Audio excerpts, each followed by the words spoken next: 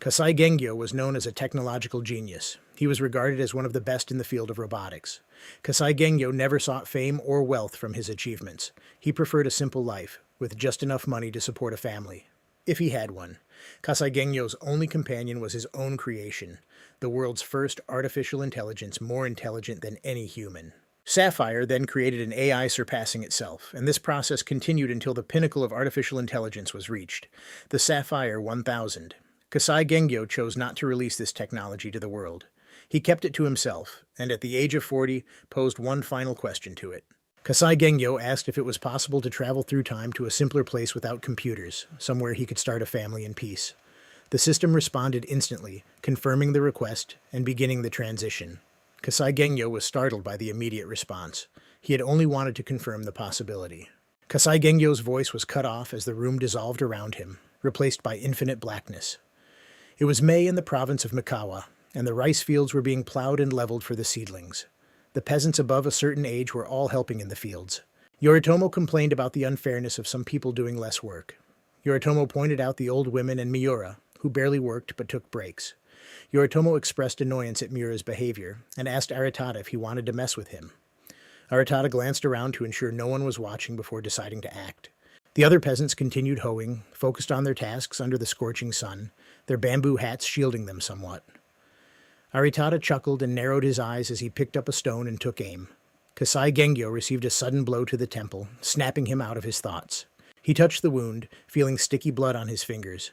Kasai Gengyo realized the blood was his own, and the young, calloused hands belonged to him as well.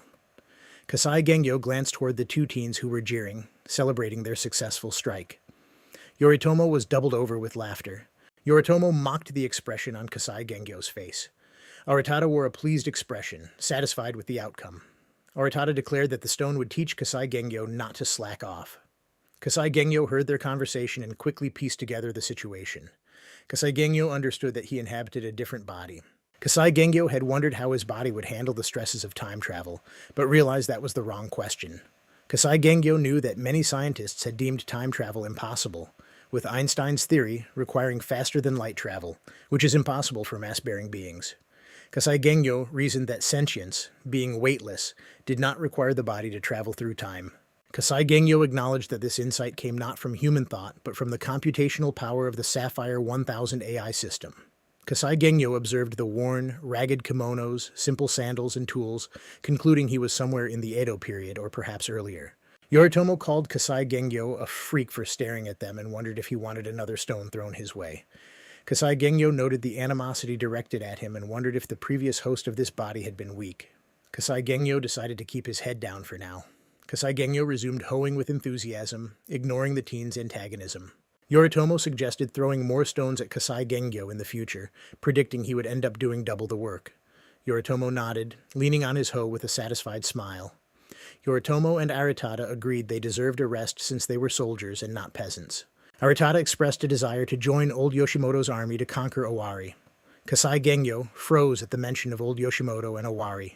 Yoritomo mocked Aritada for calling their lord Imagawa old Yoshimoto, and boasted about becoming famous soldiers. Kasai Gengyo lamented that his peaceful family life was ruined before it began. Kasai Gengyo questioned why his starting point was Mikawa under Yoshimoto, which was far from peaceful or simple. Aritada insulted Yoritomo's sword skills and declared they would be Yari Ashigaru or Yumi Ashigaru. Yoritomo flinched, acknowledging the truth in Aritada's words. Aritada dreamed of getting rich in Owari and marrying into a samurai family to avoid plowing. Yoritomo dismissed the idea, saying samurai daughters would never marry peasants. Yoritomo complained about the landowner's disdain for peasants, treating oxen better than them. Yoritomo grinned lecherously, claiming samurai daughters were not as pure as believed and that some had given him attention.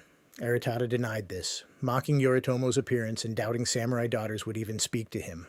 Yoritomo shrugged off the insult, calling it Aritada's loss. Kasai Gengyo heard their lamentations and shared some of their sentiments while continuing to hoe. Kasai Gengyo reflected on the hardships of peasant life, including food taxes and compulsory military service. Kasai Gengyo considered dedicating himself to work for money to live long enough to see his children grow. Kasai Gengyo quickly rejected this plan, deciding it was better to enjoy life as it came.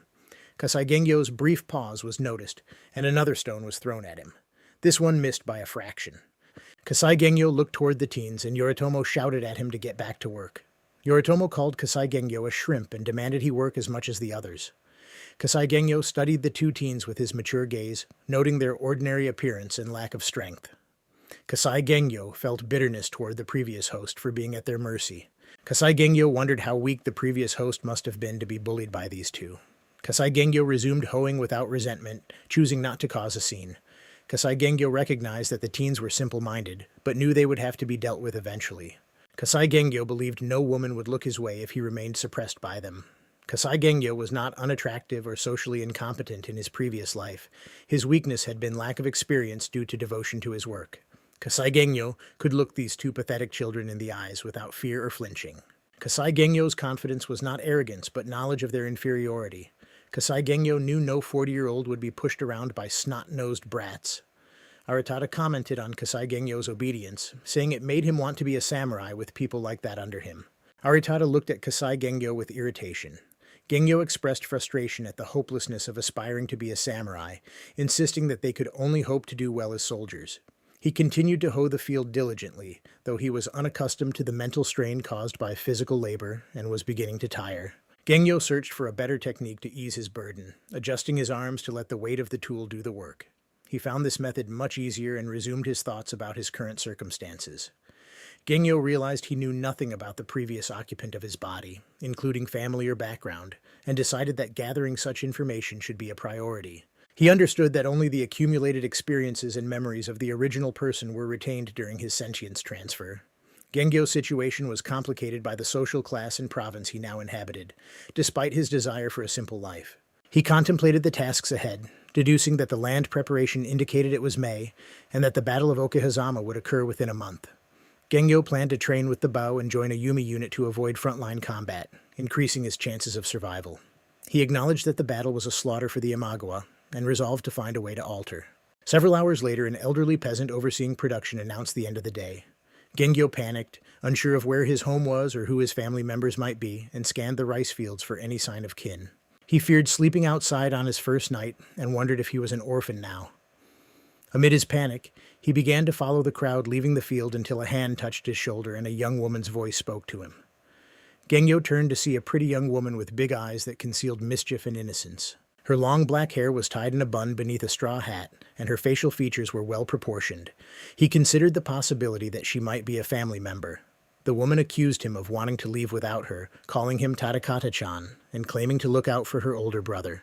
Gengyo noted the innocent smile on her lips, a smile he had learned to mistrust, suspecting she had played a prank. Moments later, he felt an itchy sensation on his lower back that traveled upward toward his right shoulder. He resisted the urge to scratch, deducing that a bug was causing the discomfort. Gengyo reached into his kimono, captured a house centipede, and held it triumphantly toward her. She appeared somewhat impressed, but also dissatisfied, having hoped to see him suffer. Gengyo did not fear insects, as they had been a childhood hobby. At age 12, he had written a paper on jumping spiders that impressed a museum curator, though his parents had intervened to prevent a meeting. His expression remained nonchalant as the centipede writhed in his grip. Gengyo explained that even poisonous insects could have their venom isolated and removed, asserting that insects should fear humans instead. The young woman leaned in to check his face for illness, placing a hand on his forehead and declaring he was not sick. She remarked that he seemed strange and was speaking differently, then found a bloody gash on his head caused by a stone. She expressed concern about two individuals who had been hurting him and urged him to stand up for himself. Gengyo smiled at her concern, recognizing her as a caring little sister despite her playfulness. He reassured himself that those who harmed him would face consequences. Changing the subject, Gengyo suggested they head home. The young woman pointed out that he was going the wrong way. Embarrassed, Gengyo admitted his memory was impaired from the earlier injury and asked her to lead the way. Her worry deepened, and she ruffled his hair as if she were the older sibling. She expressed anger toward the two troublemakers and concern for his safety. Gengyo nodded silently and followed her down a muddy path into a forest toward their small home. Upon entering, they encountered a tense scene. A middle-aged man, apparently drunk, confronted a younger, taller man who seemed to be his son. The older man accused the younger of disrespect and refused to pour him a drink. A middle-aged woman hovered nearby, hesitant to intervene. The younger man apologized sincerely, asking for forgiveness. The older man, squinting through his drunkenness, dismissed the apology and poured his own drink. The younger man, Masatsu, retreated outside, and the sound of an axe splitting wood soon followed. Gengyo mentally praised Masatsu for his emotional control. The older man savored his drink before noticing Gengyo and the young woman standing nearby. He addressed them with a sharp tone, questioning why they had not informed him of their return. The young woman, Rin, responded by taking Gengyo's hand and leading him toward their mother. Their mother greeted them warmly, expressing pride in Tadakata-chan's ability to keep up with others despite the difficulty of work. Gengyo accepted the praise with a forced smile, uncomfortable with being treated like a child. The older man, Morohira, voiced venomous complaints, calling Tadakata a dunce and expressing clear disdain. Fuku, their timid mother, usually avoiding conflict, defended her youngest son and asked Morohira to refrain from such remarks. Gengyo remained silent, recognizing that the question did not warrant a response. Morohira expressed his disdain for his son, calling him a dullard and weaker than others his age, lamenting how the other men mocked him because of his son. He questioned the fairness of his son being the worst in the province instead of making his father proud, or even being normal. He then stood up and approached Fuku, who flinched and shrank back in fear. Morohira moved closer, but Fuku's protective instincts kicked in when she saw Gengyo in front of her, prompting her to stand between them. Morohira demanded an answer from Fuku, who pleaded that their son tried his best. Morohira, drunk and angry, ridiculed the word tries, questioning its meaning and mocking the idea that trying would earn respect. Fuku desperately attempted to calm him, unaware that he would seize on every word she said. Morohira accused her of contradicting him and raised his arm to strike her. Rin screamed for him to stop, not wanting her mother to be hurt. Fuku closed her eyes and turned her head, tears filling her eyes, bracing for the blow. Gengyo intervened by pulling his mother aside at the last moment, causing the strike to miss, and then standing tall before his father with the confidence of a mature man. Morohira was stunned, unable to believe that Tadakata was the one standing up to him. Gengyo told his mother to continue preparing food and reminded Rin to go to the toilet, arranging their escape before Morohira could react.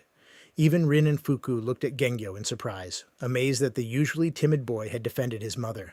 Rin thought happily that her older brother had saved her this time, and smiled before leaving through the sliding door.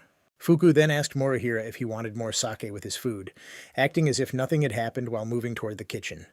Morohira, still staring at Gengyo, only half heard her and agreed. Gengyo decided it was time to leave to avoid further trouble. He informed his father that he would help his brother with the wood and said he would see him at dinner. Morohira responded with surprise but agreed. Gengyo quickly crossed the room, opened the sliding door, and left before his father could change his mind. Masatsu greeted Gengyo with a nod as he continued chopping wood. Gengyo leaned against a tree, watching his brother work silently. Masatsu commented that he had heard about the fight with their father and apologized for Gengyo having to deal with it. Gengyo questioned if this happened often, disguising his lack of knowledge as a statement. Masatsu confirmed it did, saying their mother suffered the most but their father also had it tough. Gengyo raised an eyebrow, questioning if their father was not the cause of the problems. Masatsu shook his head and explained that their father was under pressure due to financial struggles and other stresses, and that the sake helped him cope, even if it caused them to suffer. Gengyo thought Masatsu was mature and perhaps better than their father deserved, but agreed it would be better to tame their father rather than get rid of him, as a normal family should have a grandfather. Gengyo then made a request to Masatsu. Masatsu immediately declined if it was about dealing with bullies, insisting that Gengyo needed to handle such matters himself to become a man of good standing. Gengyo shook his head and clarified that his request was different and that he would deal with the bullies soon. Masatsu was surprised and missed a log while chopping. Gengyo confirmed his intention to find a way to deal with the bullies but asked if Masatsu knew where to find bamboo about 2 meters tall. Masatsu thought for a moment, his tall and handsome appearance reflecting that of a young samurai, and mentioned a cluster of bamboo in the forest about 5 minutes straight ahead. He asked if Gengyo planned to start spear training, which would be a good idea given their limited time.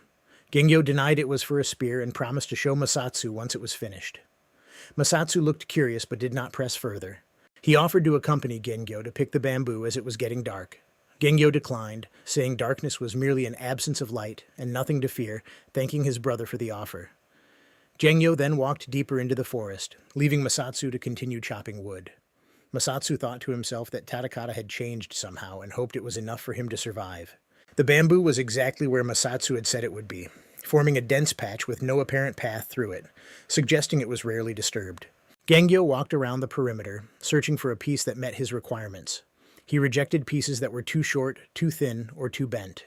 He was ruthless in his critique, unwilling to settle for anything mediocre.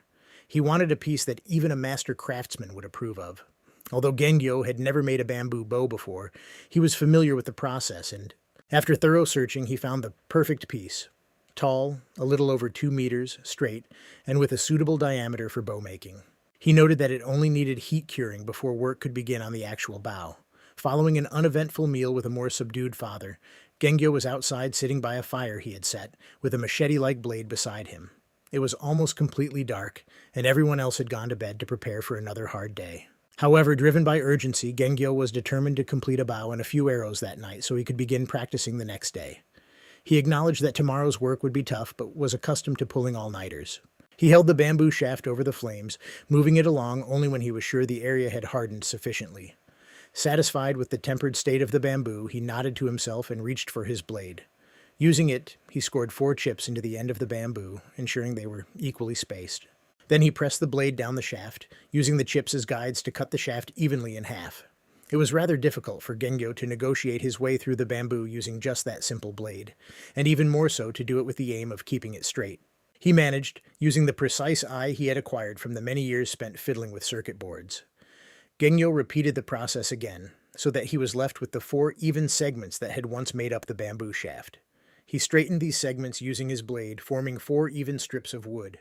Gengyo then placed the wooden strips on top of each other and tied them together using some hemp string. At this point, the beginnings of the bow were already visible. Gengyo folded the ends in, and the bow was able to hold a good amount of tension, so he proceeded, satisfied. A series of wooden wedges were then hammered in under the string, forcing the bow to assume its curved shape, and Gengyo began to paint the bow in a glue so that it would retain its shape even when the wedges were removed. Whilst the bow was busy setting, Gengyo quickly made some bamboo arrows and sharpened them after they were fletched with geese feathers. He did not have access to arrowheads, so he used 2 small stones to mimic the weight. As he finished up, stringing his bow, the first light of dawn could already be seen and a sliding door began to open. Masaatsu stepped out, fiddling with his kimono and about to relieve himself. He only saw Gengyo as he turned his head to admire the morning woodland, and by then it was too late. Masaatsu attempted to stop himself midstream, but only succeeded in soiling his kimono as he almost fell from the raised platform of the porch in his shock. Masaatsu exclaimed in surprise at Gengyo's presence. Gengyo regarded him calmly and continued adding on the finishing touches to his bow.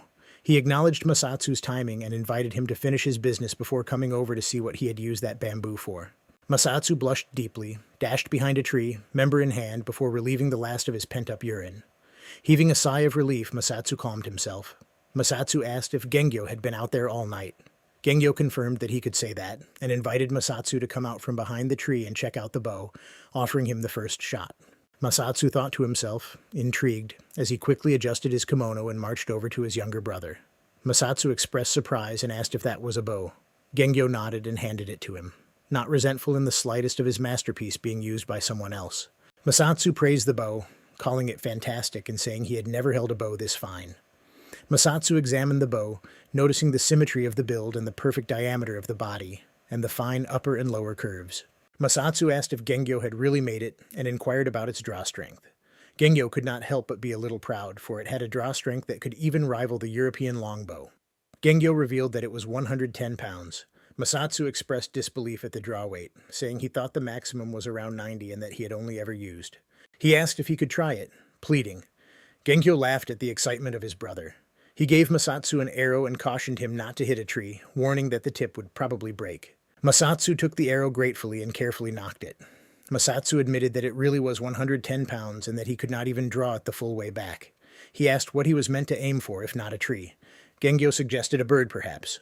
Masaatsu said he would have to find one first. Gengyo pointed out a crow that had been watching them for the past 10 minutes. Masaatsu asked where it was. Gengyo told him it was to his left. Masaatsu said he was going to shoot then. Gengyo advised him to first look along the top of the arrow and make sure it lined up with the crow's body. Masaatsu followed his advice and released the arrow. The arrow flew at lightning speed due to the immense weight of the draw, and surprisingly, it was even accurate. The crow did not stand a chance. Masaatsu proudly presented the dead crow to their mother, saying they could cook it for tea tonight.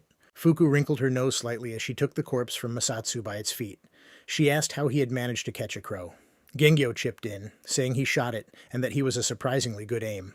Fuku expressed surprise at having an archer in the family and asked who Masaatsu had borrowed the bow from. Masaatsu put his hand on Gengyo's shoulder before lying on his behalf, saying that Old Man Azai lent it to them. Gengyo confirmed this and said they had decided they wished to be in the Yumi Ashigaru. They had agreed beforehand that it would be wiser not to let anyone else know of the bow, even if it was their own parents. Gengyo did not want his name to become too well known should the news of his skills spread. Fuku said that being Yumi was a good idea, and more sensible than being one of the Yari Ashigaru, but warned that. Masatsu cut her off, assuring her that they knew how difficult it was to get in and that they would train hard and make her proud. Gengyo thought to himself that Masatsu's skill with the bow was unnatural, nailing a crow first shot. He concluded that it could not have been dumb luck. Earlier, whilst using the bow, Masatsu had asked Gengyo why he had decided to make it, since he had never shown an interest in such things in the past. Gengyo shared his desire to be one of the Yumi Ashigaru, to which Masatsu firmly approved and expressed his own desire to do the same. Masatsu had thought being an archer was just an excuse to not be on the front line, but after playing around with the bow, he realized it would be a lot more exciting than wielding a spear. He had said this while they discussed it, and now he was a veritable walking advertisement. Morihiro walked in at that moment, now sober. He said that it would be a step up, recalling that when he had to battle as a youngster, it was always as a Yari. He said it was not a fun role and that bowmen were people of skill and treated much better. He encouraged the kids to do their best. Morihiro was a completely different man with the alcohol out of his system, and Gengyo nodded with enthusiastic approval. Gengyo solemnly stated that he would make his father proud. Morihiro could only scratch his head awkwardly, evidently recalling some of the events of his drunken episode. He muttered thanks. Fuku was beaming happily, seeing the now reconciled state of her husband and children as they talked about their dreams for the future. She thought to herself that if only this could last forever and that if they had just a little bit more money, perhaps it could. Old Man Baba praised Gengyo, handing him a good solid hoe and telling him he had worked hard yesterday and to do the same again today. Baba then moved on to the next person waiting in line. The day was hot, though it was still early. Gengyo, sleep-deprived, thought to himself that this was going to be really rough and that he could barely keep his eyes open while moving to his spot in the field. All the Miura family were working in different fields to Gengyo, so he had no one to share conversation with whilst he worked, which made the day that much longer. The Tadakata of old had it especially hard as he worked next to his childhood tormentors. Hijikata Aritada shouted over toward him, his voice thick with sarcasm, asking for another hard day's work. His friend Yoritomo could not wait to join in. Yoritomo said it was bothersome for them to have to throw stones. They shared a laugh before losing interest in the already working Gengyo, who spared them no attention. Yoritomo said that the plowing was almost done and that they would soon be able to start flooding the fields, which he always enjoyed. Aritada agreed that the flooding and seeding were decent, but that the hoeing was a pain. He leaned on his hoe as he took in the morning air. Aritada asked how many years they had been doing this now. Yoritomo said that since they were 18 now, it was around 3 years. Yoritomo smiled at this. He said that only 3 years had passed and that they would be soldiers soon, and then they would not have to do this anymore. He added that the women would respect them too. Aritada was a little less optimistic and voiced his doubt. He said they would have to do something pretty special to be full-time soldiers, else they would be back here working this soil for the rest of their lives. Yoritomo said that was why he had been training, and that if he had to work another. Aritada joked that he should not wait, and that his family would be proud if he sacrificed himself to fertilize the soil. Yoritomo told him to fuck off, and asked if Aritada had been training too. Aritada looked away before responding that he had been training a bit. Yoritomo accused him of not training enough and urged him to train, saying they were not rice farmers, but soldiers. Aritada expertly changed the topic by complaining about the heat, wiping his brow before beginning to work. He was tired from the labor, and the hot weather made it worse. Aritada then mentioned that Haru had been moved to their field today. He searched the field for her, curious to see her. Aritada pointed out her location to his companions. He remarked on her attractiveness, calling her extremely hot. Aritada expressed that he would be happy to have a wife like her. Yoritomo told him to get lost, claiming he had his eyes on her first. Yoritomo shrugged off the comment. He said it was ultimately up to Haru and that she might fall for his charms. Gengyo overheard their conversation and smiled at this new information, thinking it would be interesting. The day passed slowly, with many breaks taken by the workers to relieve themselves or fetch water. Such breaks were allowed, but taking too long would result in punishment. Gengyo continued to work, struggling to keep his eyes open despite the monotony. He thought about how the field would be flooded in a couple of days, which would be better. Gengyo was already sick of the work after only a day and a bit. He wondered what he could do in the future to support his family with less effort, perhaps becoming a merchant. Gengyo dismissed trading as too demanding despite the good money, preferring something simple where he could work during the day and then forget about it at home. Yoritomo interrupted Gengyo's thoughts, excitedly pointing out Haru by the water. He urged the others to come see her. Aritada could not resist and quickly walked toward her. Yoritomo ran to catch up and blushed slightly as Haru glanced across the field toward them. Gengyo grinned and began to follow, thinking this would be fun. Aritada attempted to start a conversation with Haru, asking if the water was good. He regarded her mildly as he sought to engage her. Haru replied that the water didn't really have a taste, but was nice. Aritada laughed nervously and drank some water, scratching the back of his head to hide his embarrassment. Yoritomo watched from behind, shaking his head at Aritada's foolish attempts, but lacking the confidence to take his place. Aritada introduced himself as Hijikata Aritada and asked if she remembered him. Haru shook her head lightly, focusing more on drinking. She said it was nice to meet him. Aritada looked slightly depressed at her curt response, thinking bitterly that someone as good-looking as her wouldn't remember him. Gengyo casually moved between the two and approached Haru himself. He asked permission to use the water. Haru motioned toward the trough and told him to help himself. Aritada and Yoritomo exchanged a glance, jealous and baffled by Gengyo's confidence. Aritada wondered since when Tadakata had become so confident around women. Yoritomo thought with humor that even Tadakata had made a better impression than Aritada did. Gengyo filled his cupped hands with water and sipped slowly, staring around the field with loose disinterest. He sniffed the air a few times before turning to Aritada with a disgusted expression. Gengyo asked if a certain smell could be from Aritada. Aritada stared in surprise, having trouble processing the casual insult from Tadakata. Gengyo continued innocently, while Yoritomo watched Aritada, wondering why he allowed Tadakata to insult him. Gengyo offered that if Aritada's stomach was that bad, he could visit his place later where his mother made medicines for such issues. Haru put a hand to her mouth, struggling to hide a giggle. Aritada finally understood and blushed wildly, attempting to explain away the situation to save face in front of Haru. He denied the implication, but Haru openly giggled and said it was okay, that everyone gets gas. She hurried away, laughing, leaving Aritada unable to explain. Once Haru was a certain distance away, Aritada revealed his true feelings by grabbing the front of Gengyo's kimono. He was red with anger and demanded to know what that was about, cutting off Gengyo's retreat.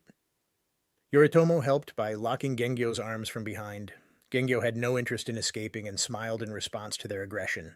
He warned them that Old Man Baba would be walking over the mound any second, and asked if they were sure they wanted to risk their entire family being court-martialed. Aritada glanced toward the mound, but could not see Baba. He knew Baba walked around the fields to ensure proper behavior and had yet to visit their field. The risk was too high to ignore Gengyo's warning. Yoritomo agreed, saying he had seen Baba heading their way earlier. Aritada reluctantly let Gengyo go, spitting in his direction and vowing revenge. He marched angrily back across the field. Moments later, Baba ascended the mound and caught sight of Gengyo. The old man told Murakun that despite the heat, he must hurry back to work. Baba was not unkind as he sent Gengyo on his way. Gengyo happily obliged, walking leisurely across the field while receiving death stares from Aritada and Yoritomo. Gengyo shrugged, knowing he had broken social etiquette by sabotaging a buddy during courtship, but believing Aritada deserved it. He thought to himself that the conflict was not over, and that he would continue making their lives difficult until they stopped doing the same to him. He was confident he could win this game, considering them just a couple of kids. Gengyo also thought that Haru was not even that good-looking, and that even Rin was probably prettier. Being his age, Gengyo's standards for beauty were high, but he was willing to have a relationship with a woman, regardless of outstanding looks. He was simply better at defining beauty and maintaining his cool around women. A stone came flying toward Gengyo, interrupting his thoughts. He regarded it lightly and dodged with little effort. Another stone was thrown, but off course, so Gengyo merely glared innocently at its thrower as it flew past his head. Aritada was fuming and wondered what was up with Gengyo, questioning since when he had become like this.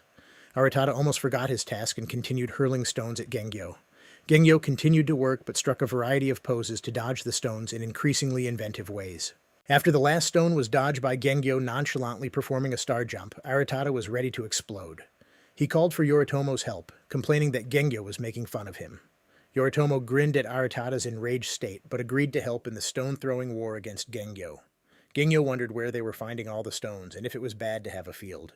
He held his hoe like a baseball bat, anticipating the next stone. Yoritomo asked what Gengyo was doing, curious about his stance. Aritada replied irritatedly that it didn't matter and told him to keep throwing. The stone was thrown, and Gengyo struck it perfectly with the metal of his hoe. A loud ting resounded throughout the field, drawing everyone's attention. Gengyo was seen to be busy at work, whilst the two friends had disregarded their tools and were instead playing around with stones. He was far too young and innocent to be taken seriously by the older workers. Aritada and Yoritomo had disregarded their tools and were instead playing around with stones. They were met with disgust from some of the older workers who shook their heads at the poor work ethic of these two youngsters. Gengyo could not help but chuckle at the scene.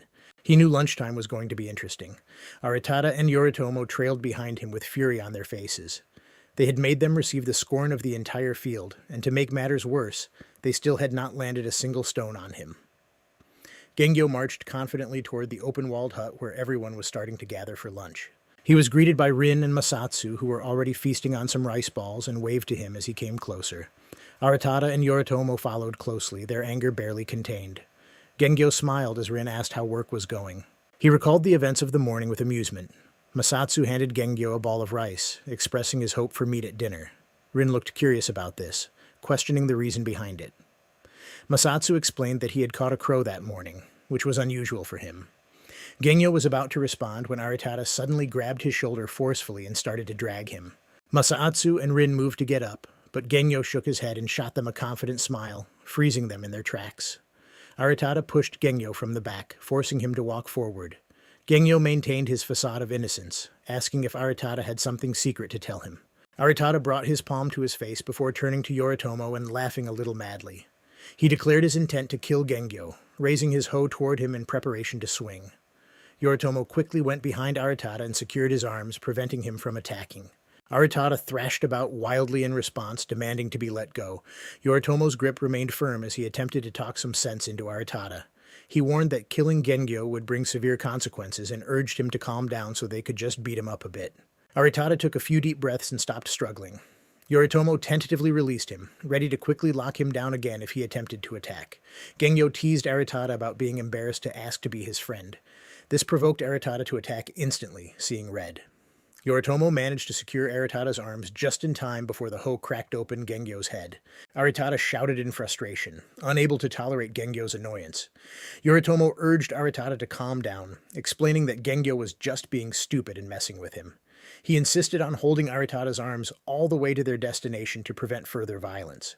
Aritada claimed he had calmed down and wanted to be let go, but Yoritomo refused, not trusting him. Gengyo walked in front with a spring in his step, smiling innocently. Aritada muttered his intent to mess Gengyo up badly. Yoritomo advised patience and reminded Aritada not to touch Gengyo's face. Gengyo expressed sadness at the idea of being beaten up despite their supposed friendship. Aritada responded with a punch to Gengyo's stomach, hitting hard. Gengyo bent over, winded from the blow, struggling to keep his thoughts sound as he coughed for air. Yoritomo then kicked Gengyo to the side, sending him sprawling on the floor. Aritada moved in and delivered more kicks to Gengyo's stomach and chest while Gengyo used his arms to protect his face. Growing tired of kicking, Aritada decided to strike Gengyo's back, which he could not defend. Gengyo struggled to get up, his whole body racked with pain. They allowed him to stand, but not for long. Yoritomo used him as a human training doll, testing out his shoulder throw and sending him flying. Gengyo landed hard on his back, slamming his coccyx on a rock and causing excruciating pain. He used this pain as a stimulant and quickly crawled on his hands and feet. He stood up, slightly bent over from the pain but with a look of ferocity as he held Aritada's hoe. His aggressors looked at him measuredly, with a hint of fear, wondering if he really would strike them with the hoe. Aritada taunted Gengyo, claiming he did not have the courage to use the hoe because the injuries would be too serious, and he would. Gengyo nodded in agreement, explaining that his goal was not to use it as a weapon, but rather as insurance. He then demonstrated by securing the cutting edge into the ground, gripping the end of the shaft tightly, and bringing his foot down on it deliberately. The hoe snapped with a loud crack. Aritada's anger burst forth at the sight of his broken hoe, and he rushed toward Gengyo, intent on punishing him. Gengyo questioned whether Aritada really had the money to fix the broken hoe. Aritada insisted that Gengyo was responsible for paying for it. Gengyo challenged their claim, stating that he had left his hoe with Baba and that returning with a broken hoe would not be believed by others. He argued that everyone knew Aritada and Yoritomo were good for nothing, and that no one would believe that he overpowered them and broke the hoe. Yoritomo looked pitifully at Aritada, agreeing that their families could not afford a new hoe. Aritada and Yoritomo argued about who could pay for the replacement, both claiming their families lacked the money. Aritada expressed frustration and threatened to beat Gengyo up immediately. Gengyo smiled inwardly, thinking things were going rather well. He offered to fix the hoe before lunch ended if they agreed to some conditions. Aritada was incredulous, but saw no harm in letting Gengyo try. He reminded Gengyo that they could beat him up whenever they wanted. Gengyo shrugged, stating that beating him up would not bring the money their families needed to buy A. Aritada ground his teeth in irritation, unable to find fault in Gengyo's reasoning. He demanded to know what the conditions were. Gengyo explained that they were simple. Aritada and Yoritomo just needed to ask to be moved to a different field. Aritada was shocked, knowing that such a request was difficult and that Baba would hate it. Gengyo dismissed this concern, suggesting that if they phrased it as wanting to move to a field with more work because they got bored easily, Baba would likely agree. Aritada called Gengyo a little punk and accused him of pushing too far. Hijikata Aritada expressed to Gengyo Miura that the condition was not so bad and that moving fields would resolve the issue. He nodded in agreement. Gengyo Miura requested that both Aritada and Yoritomo swear on their warrior's honor to uphold their promise. He smiled bitterly at this request. Hijikata Aritada swore on his warrior's honor that he would move fields upon receiving a fixed hoe from Miura, invoking the death gods should he lie. Yoritomo Makino repeated the vow, and Gengyo. Miura nodded in satisfaction. Gengyo Miura declared himself a man of his word and instructed them to find a piece of bamboo slightly larger in diameter. Hijikata Aritada immediately turned to Yoritomo Makino, asking him to follow Miura's instructions while he stayed to keep an eye on him. Yoritomo Makino looked reluctant, but agreed and jogged toward a nearby bamboo patch. Aritada asked about the purpose of the fire as he watched Gengyo Miura lay the base and light the kindling with flint and steel. Gengyo Miura explained that bamboo starts to go bad after a while. Aritada responded cautiously, wondering if it was a trick. Gengyo Miura clarified that heating bamboo in fire kills it and hardens it, preventing decay. Aritada observed Miura carefully, finding the explanation reasonable, and nodded. Gengyo Miura stated that knowledge was a powerful resource, and that he made it his business to know such things, which had helped him defeat Aritada before. Aritada frowned, still bitter, and questioned how Miura suddenly gained knowledge after years of being pushed around. Gengyo Miura acknowledged his past weakness, but declared himself a different man now, warning that Aritada would no longer be able to push him around and suggesting future cooperation might be beneficial. Aritada flinched but nodded after considering recent events, insisting he would only work as an equal. Gengyo Miura laughed lightly, expressing that he would not have it any other way. Yoritomo Makino returned a few minutes later with a bamboo shaft in hand, apologizing for it being the best he could find. Gengyo Miura nodded and accepted it, telling them to catch their breath before he showed them how to change the shaft. Aritada looked surprised that Miura intended to teach them. Gengyo Miura affirmed it was a useful skill since heat-hardened bamboo had many uses. Aritada questioned why Miura would teach them since they were not friends. Gengyo Miura shrugged, stating they were not enemies either, and that they were all part of the same village preparing for war, emphasizing his desire for a peaceful life, and that he would not make their lives difficult if left alone. Aritada looked ashamed and turned to Yoritomo Makino, who seemed to share the sentiment. Yoritomo agreed quietly. Gengyo Miura demonstrated the process, explaining how to hold the bamboo over the fire until it started to brown, indicating readiness. Both boys nodded, finding the process simple, though Yoritomo asked how Miura would remove the broken shaft from the hoe since it was tight. Gengyo Miura responded by placing the hoe into the flames, causing the boys to panic. Aritada reached toward the flames to retrieve the hoe, but was repelled by the heat. Gengyo Miura reassured them that the fire was the best way to remove the shaft and that it was not hot enough to melt the metal. Aritada remained uneasy but accepted the explanation. Gengyo Miura declared the hardening complete and asked Yoritomo to feel the difference. Yoritomo carefully handled the bamboo, noting it was much harder and probably as good as the original shaft. Gengyo Miura instructed Aritada to remove the hoe from the fire. He complied, showing that the shaft had been burned out while the blade remained intact. Miura explained that hammering in the new bamboo would restore the hoe to like-new condition. Aritada looked pleased and relieved, realizing he would not need to buy a new hoe. Gengyo Miura advised using a rock to hammer the new shaft in place while he held it steady. Aritada took the rock, and Gengyo Miura motioned for Yoritomo to come closer, explaining that the bamboo shaft was slightly too wide and would be shaved down as it was hammered in, resulting in a tight fit that prevented blade movement. Yoritomo followed the explanation attentively. Aritada thanked Miura for teaching them, noting the skill would help avoid buying new hoes in the future. Gengyo Miura nodded, accepting their gratitude, reflecting that internal conflict was wasteful. Aritada hammered the shaft firmly into the blade, completing the repair. Gengyo Miura announced he was going to get lunch and left quickly after exchanging farewells. Aritada called to Yoritomo and they agreed they needed to change clothes. Aritada admitted feeling foolish for having spent years bullying Miura, who had spent years learning new skills. Yoritomo agreed they should focus on training. Aritada resolved to train properly and show Miura his true potential in battle. Yoritomo enthusiastically agreed. By the time Gengyo Miura returned, everyone had finished eating and was heading back to work. Rin waited with a rice ball, relieved to see him. She asked what had happened, but Miura said he would explain later and urged her and Masatsu to hurry back to work. Rin looked unhappy but complied, passing Miura a rice ball before leaving. Masatsu echoed the request for an explanation later.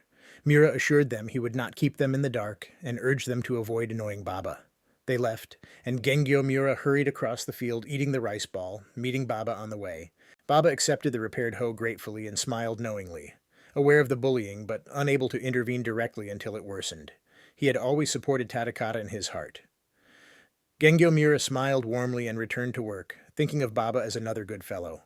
That afternoon, Hijikata Aritada and Yoritomo Makino did not return to the field, indicating they had kept their promise. Gengyo Miura felt his life would become simpler. Later, Masatsu and Rin ambushed Gengyo Miura at the house door. Rin's voice was perfect for a criminal, and her eyes held a distinct touch of sadism as she questioned whether he thought he could get away. Masatsu slivered behind Gengyo, cutting off his retreat and locking down his arms. He did not hesitate to suggest it was time to get some truth out of Tadakata. Masatsu nodded deeply, mirroring Rin's playful ferocity. Rin insisted that, as family, one should not hide things from their kin. She dismissed Gengyo's protests quickly. Masatsu then presented their theory. Gengyo had been beaten up by the two friends Hijikata and Makino. Rin asked what Gengyo had to say in his defense. Gengyo questioned whether this was the right way to treat a man who had just been beaten up, feeling as... Masatsu countered that Gengyo was indeed the criminal, his crime being not fighting back. Rin interrupted, asking Masatsu how badly he thought Gengyo was wounded. Masatsu guessed not that badly, calling Tadakata a bit of a wuss who would be crying if injured. Rin agreed, praising Masatsu's reasoning and expressing gladness to have him in her service. Masatsu humbly accepted the praise. Rin then declared it was time to reveal the truth. At that, Masatsu gripped Gengyo's kimono firmly and swiftly removed it from his upper body, leaving his back and chest bare. Gengyo flinched at the rough action, revealing many bruises decorating his torso. The bruises were black, yellow, and blue, and numerous in number. Rin's sharp intake of breath and breaking of character marked their severity. She expressed that, even for Tadakata, this was a bit much. Tears began to fill her eyes as she looked at the battered torso of her older brother. Rin asked if Tadakata had been the victim of such treatment.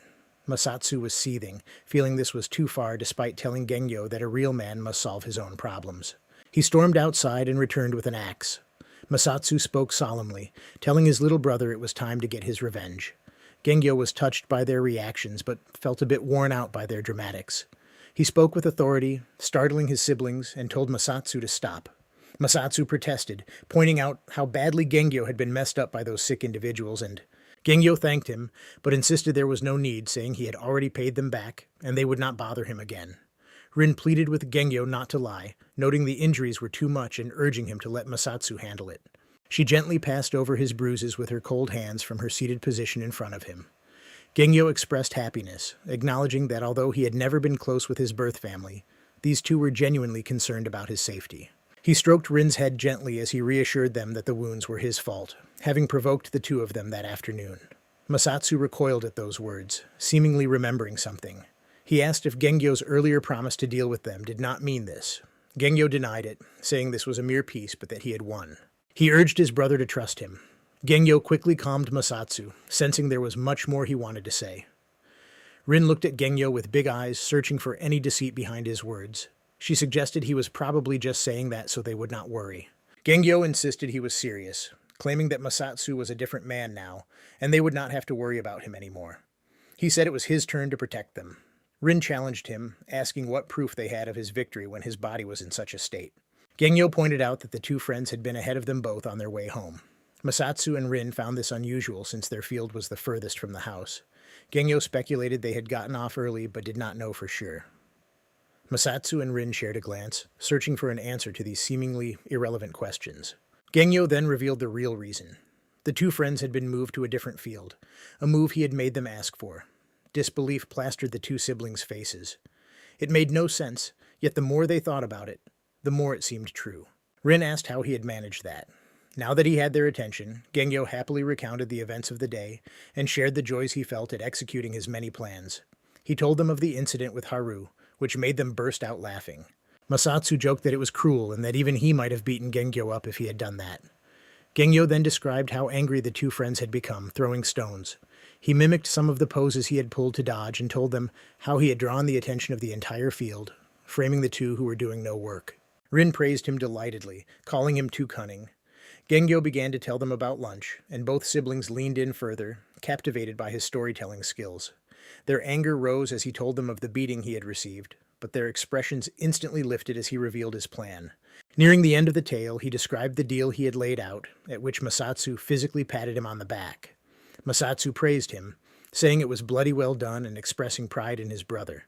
Rin did not want to be left out and praised Gengyo, whom she was still clinging on to with vigor. She affirmed that Nissan had done really well. Later that evening, Gengyo finally found some time to himself. Dinner was finished, and he was now sitting idly against a tree in an area a few minutes from the house. He reflected that even if his life had been complicated these past 2 days, it was better than sitting alone in his lab. He fiddled with the string of his bow as the light in the dense forest gradually started to fade. Gengyo mused on the statistic that 17 hours of being awake had the same effect on the body as 2 glasses of wine. He acknowledged that if sleep were possible right now, he would go without resistance, but such a thing would be foolish. He reminded himself that his time was ticking and that it was important for his survival and future to adhere to the thoughts and plans made by a more able-minded and motivated version of himself. Gengyo admitted that he very much did not feel like getting up from the tree, appreciating how it supported his back just right and the cushioning of the soil on. He snapped out of it, calling himself a silly mortal. At that, he stood up, forcing his body into action, and began to walk deeper into the forest before his tired mind could think up any more reasons to rest. He thought a clearing would be nice and continued on with this as his goal. His direction remained straight so that he would not get lost on the way back. In one hand, he held the fruits of last night's labor, his bow and a set of 5 arrows, and in the other, a bundle of torn clothes that his mother, Fuku, had been about to repair. In the distance, Gengyo began to hear the sound of running water. He thought a river would serve his purpose well, as along the banks there would be a clear enough area for him to practice. He changed his direction slightly and began to head toward it, having to deal with an army of overgrown plants that got in his way. Not all the plants were friendly. Some bore thorns that sliced his clothes and skin whenever they managed to surprise him. Others stung him, leaving irritating sores on his flesh. He took care to carve a path through them all using a stick he had acquired along the way. This would allow him to find his way home easily and avoid dealing with the angry vegetation that barred his way. Eventually, as the going was slow, the water came into sight, along with a good deal of shingle. There were about 2 meters of shingle along the shore, as the water lapped gently back and forth. It was not a river, but a small lake, perhaps 50 meters in diameter. Only one shore was accessible. The other sides of the lake were shielded by trees and grasses that yielded no entrances. Gengyo considered that it could be an oxbow lake, given its shape, which would mean there was a river nearby. The scenery was magnificent, with the low sun reflecting off the water's edge and giving the area a warm glow. Ducks navigated the water, diving deep in search of food and returning with fish in their mouths. Gengyo noted that the aquatic life seemed bountiful, and that fishing here would be a treat. A few swans nested by the water's edge, and he took great care not to alarm them as he moved about preparing a target for his training. Gengyo decided to set up away from the swans, feeling guilty at the thought of disturbing their eggs. He wrapped his bundle of clothes around a thin tree at one end of the shore, ensuring the tree was. Gengyo nodded with satisfaction and moved back about 10 paces before knocking his arrow and drawing his bow. He recalled the advice he had given to the dead-eyed Masatsu that morning and released the string. The arrow missed the bundle of clothes entirely, disappearing deep into the undergrowth, which left Gengyo feeling disheartened. He sighed and retrieved his arrow, then knocked, drew, and took aim once more. Just as he prepared to release his arrow again, he stopped himself and slowly relaxed the string. Gengyo reflected that the last shot had gone too far to the right, and reasoned that since the arrow traveled straight, the fault must lie with his aim. After drawing again, he aligned the arrow as before, but turned it slightly to the left before releasing. This time the arrow grazed the left side of the clothes target, almost sticking. Gengyo felt much happier with the result and praised himself for his analysis, feeling optimistic about making progress despite still being too close to the target. After retrieving his arrow a 3rd time, he assumed his stance, adjusted his aim with confidence, and prepared to release. Suddenly a flash of white halted his shot, and he lowered his bow, fearing the swan might be struck. The swan was taking its time to move, and Gengyo grew impatient, silently urging it to move. Unexpectedly, a young woman's voice tentatively responded with an apology. Gengyo was startled and unable to respond immediately as his mind raced. The undergrowth and trees around the swan began to stir, revealing features that no swan could possess. A lavishly dressed woman of notable beauty stepped out, her delicate air complemented by dark brown hair brushing her full lips as she used her small, snow-colored hands to partially hide herself while speaking. Her captivating dark brown eyes darted nervously between Gengyo's face, the floor, and the surrounding area as she struggled to focus her attention. As time passed, she grew more self-conscious, a pink blush lightening her high cheekbones. The clothes she wore were as beautiful as she was. The white yukata served as a canvas for a colorful depiction of nature, beginning at the bottom with. Bamboo shoots rose from the sea, branching toward the sleeves and growing across the back and chest, decorated with orange and yellow leaves. Despite the vivid colors, the sleeves remained pure white, which Gengyo had mistaken for a swan's wing. Gengyo finally addressed the woman, asking what she was doing there. This only increased her self-consciousness as she fretted over every little action, unsure what he meant. She apologized again. Gengyo shook his head, unsure how to proceed, and clarified his question by asking why she was there. The woman peeked out from behind her raised hands, which covered the lower half of her face like a refined bandana. She explained that she sometimes came there because it was beautiful. Gengyo was not satisfied with this vague answer and wondered why a noble-born young lady would be near a forest inhabited by peasants like himself. He warned her that the area was dangerous for someone of her status to be alone. She misinterpreted his words as a threat and grew more anxious, trying to please him by explaining that her father's mansion was nearby. Gengyo asked if that meant he was trespassing, and she quickly shook her head, worried he might become angry. She then asked him to stay, unsure what else to say but not wanting him to leave. Gengyo inquired why she had been hiding in the undergrowth. She admitted she was scared and that no one else had ever come there before. Gengyo reasoned that it made sense since the fish in the lake had never been hunted by humans.